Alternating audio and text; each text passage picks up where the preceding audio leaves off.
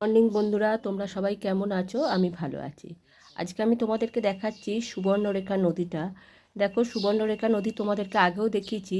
এই সুবর্ণরেখা নদীটা দেখো, মাঝখানে ছোট ছোট পাহাড়, নদীর মাঝখানে সুবর্ণরেখা নদী নাম হয়েছে। তার কারণ হচ্ছে এখান থেকে সোনা খনন হতো, সেই জন্য এখান থেকে সোনা পাওয়া যেত বলে এই নদীটার নাম সুবর্ণরেখা। তা কথিত আছে আজকেও এখনও নাকি এইখান থেকে সোনা পাওয়া যায়। যাই হোক, আমি তোমাদেরকে এই সুবর্ণরেখা নদীটার কাছে নিয়ে গিয়ে তোমাদেরকে দেখাচ্ছি। দেখো, সুবর্ণরেখা নদীর মাঝখানে ছোট ছোট কীরকম পাহাড়, আর চারদিকটা জঙ্গল, আর জঙ্গলে চারদিকটা কি সুন্দর জঙ্গল দেখো। আমরা এই সুবর্ণরেখা নদী দেখতে বেলার দিকে চলে গেছিলাম। অনেক পর্যটকরাও এখানে এসেছিল এই সুবর্ণরেখা নদীটা দেখতে। তোমরা দেখতে থাকো, আর তোমাদের যদি ভালো লাগে অবশ্যই কমেন্ট করে আমাকে জানিও। আর তোমরা কে কে এই সুবর্ণরেখা নদী দেখতে গিয়েছিলে বা দেখেছো, আমাকে সেটা অবশ্যই কমেন্ট করে জানিও। তোমাদেরও কেমন লাগছে সেটাও জানিও। এই দেখো, আমরা চলে যাচ্ছি সুবর্ণরেখা নদীর একদম পাশে। জলটা খুব ঠান্ডা, খুব সুন্দর জায়গা। এটা একটা পিকনিক স্পট, এখানে চারদিকে পিকনিকও হয়। আর এখানকার যারা স্থায়ী বাসিন্দা তারা দেখবে এই নদীতে নেবে চান করছে, কাচাকুচি করছে, সব কিছুই করছে। দেখো কি সুন্দর, দেখেছো? চারদিকটা জল, আর এই পাহাড়টার ওপর দিয়ে আমরা হেঁটে হেঁটে যাচ্ছি।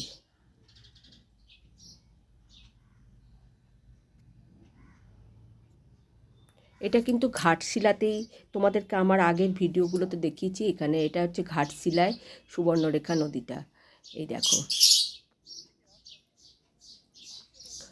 অনেক পর্যটকই এসেছিল এই সুবর্ণরেখা নদীটা দেখতে। জায়গাটা খুব সুন্দর প্রাকৃতিক দৃশ্য। দেখো,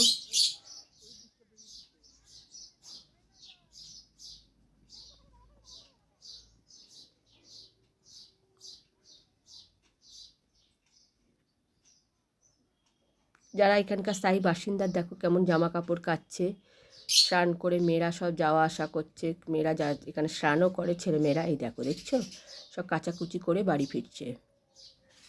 তবে এখানকার সব বেশিরভাগই আদিবাসী, বুঝেছো তো বন্ধুরা।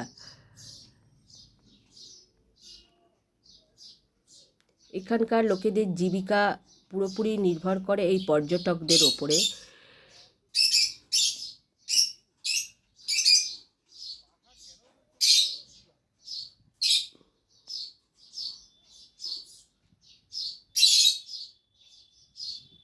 আমার ছেলে এবং আমার হাজব্যান্ড এই পাহাড়ের ওপরে দাঁড়িয়ে একটুখানি ছবি তুলে নিচ্ছিল। দেখো,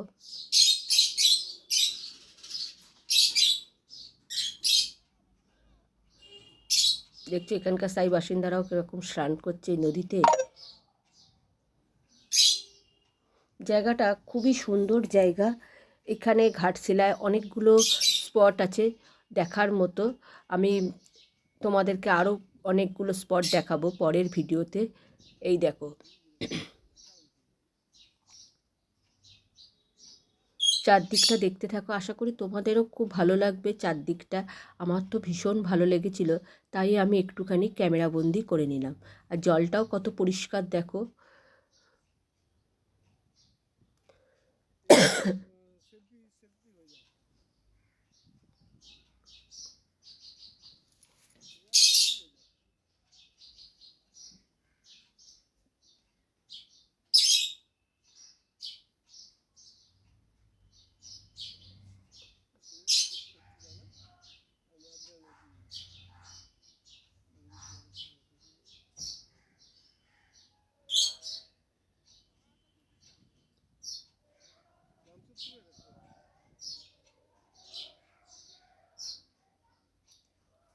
চারিদিকটা শুধু দেখতে থাকো, আশা করি তোমাদেরও ভালো লাগবে এই জায়গাটা। যদি তোমাদেরও সম্ভব হয়, যদি কেউ গিয়ে না থেকে থাকো, তাহলে অবশ্যই পারলে একবার এই ঘাটশিলা ভ্রমণ করে এসো। বাড়ি থেকে কলকাতা থেকে এমন কিছু দূরে নয় ঘাটশিলা। খুব সুন্দর জায়গা, কাছেপিঠের মধ্যে খুব সুন্দর জায়গা। 2-4 দিনের জন্য ঘাটশিলা ঘুরে আসতে ভালোই লাগবে। দেখো, ছোট ছোট টিলাগুলো দেখতেই পাচ্ছ, নদীর মাঝখানে মাঝখানে কত সুন্দর সুন্দর টিলা।